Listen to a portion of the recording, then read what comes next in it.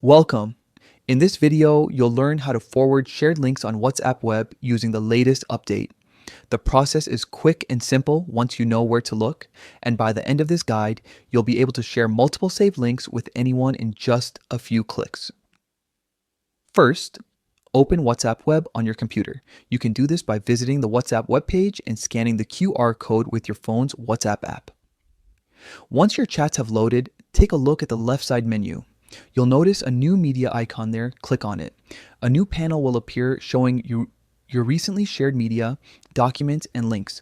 From here, click on the Links tab. This will display every link or your contacts have shared in your chats. You can scroll through the list to browse or search for the links you want to forward.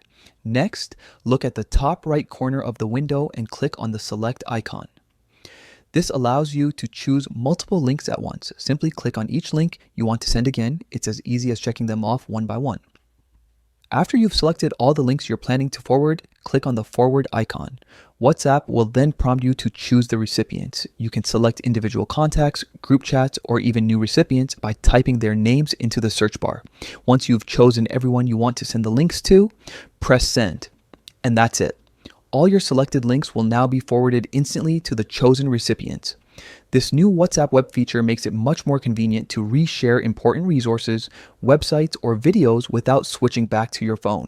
So whether you're organizing project links for work or simply sharing cool finds with your friends, this update saves you both time and effort. If you found this tutorial helpful, give it a thumbs up and don't forget to subscribe for more quick tech guides that make your digital life easier.